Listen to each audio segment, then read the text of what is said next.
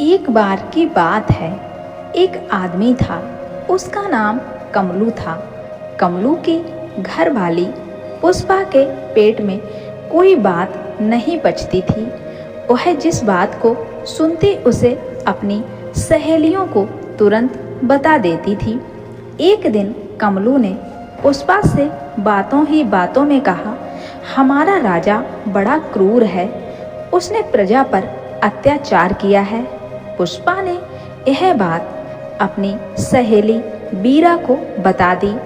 बीरा ने यह बात अपनी सहेलियों को बता दी। देखते ही देखते यह बात पूरे राज्य में फैल गई।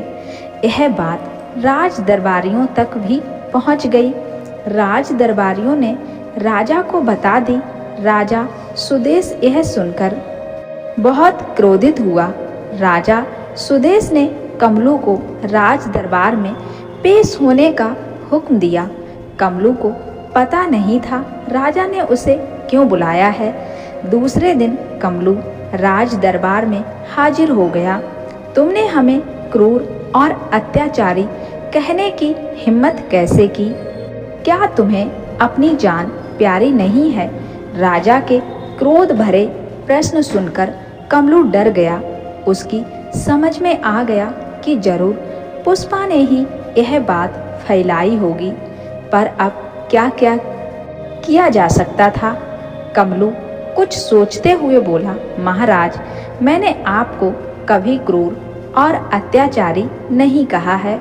सुना है सबसे पहले तुमने ऐसा अपनी पत्नी से कहा है।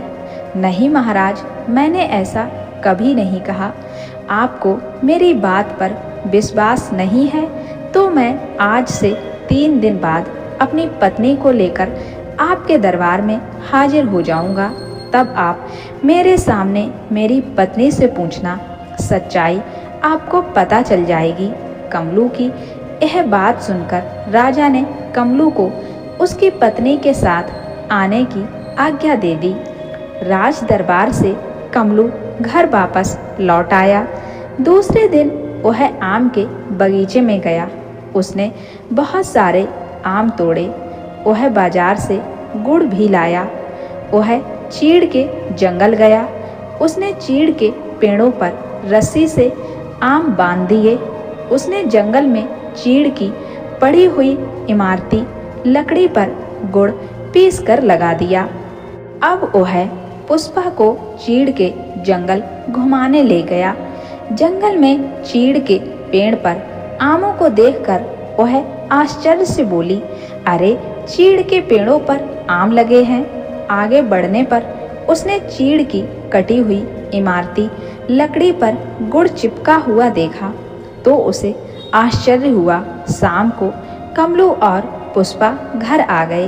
दूसरे दिन जोर की बारिश हुई। कमलू ने छत से कुछ अरसे चावल को कूटकर बनाया गया एक प्रकार का पकवान होता है जो छत से नीचे की ओर फेंक दिए। पुष्पा बोली, ये अरसे कहाँ से गिर रहे हैं? कमलू छत से नीचे आकर बोला, आज तो अरसों की बारिश हो रही है। हाँ, पुष्पा ने कमलू की बात का समर्थन किया। दूसरे दिन सुबह कमलू नदी से बहुत सारी मछलियाँ पकड़ कर लाया। उसने हल चलाने से खेत में बनी लकीर के आगे मछलियाँ डाल दीं।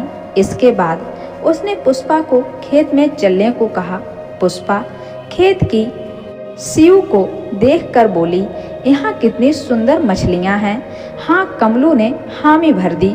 अगले दिन कमलू ने पुष्पा को बताया कि उन दोनों को राजा सुदेश के दरबार में पेश होना है। वे दोनों राजा के दरबार में पहुंच गए। क्या आपके पति ने आपसे हमारे बारे में कुछ कहा था? राजा सुदेश ने पुष्पा से पूछा। हाँ, हमारा राजा बड़ा क्रूर है, उसने प्रजा पर अत्याचार किया है, पुष्पा ने जवाब दिया।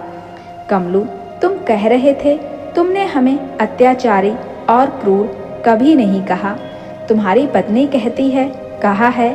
अब तुम्हें अपनी जान से हाथ धोना पड़ेगा। राजा ने गुस्से से बोला, महाराज, मेरी पत्नी की मानसिक हालत ठीक नहीं है। उसके मन में जो आए वह कह देती है।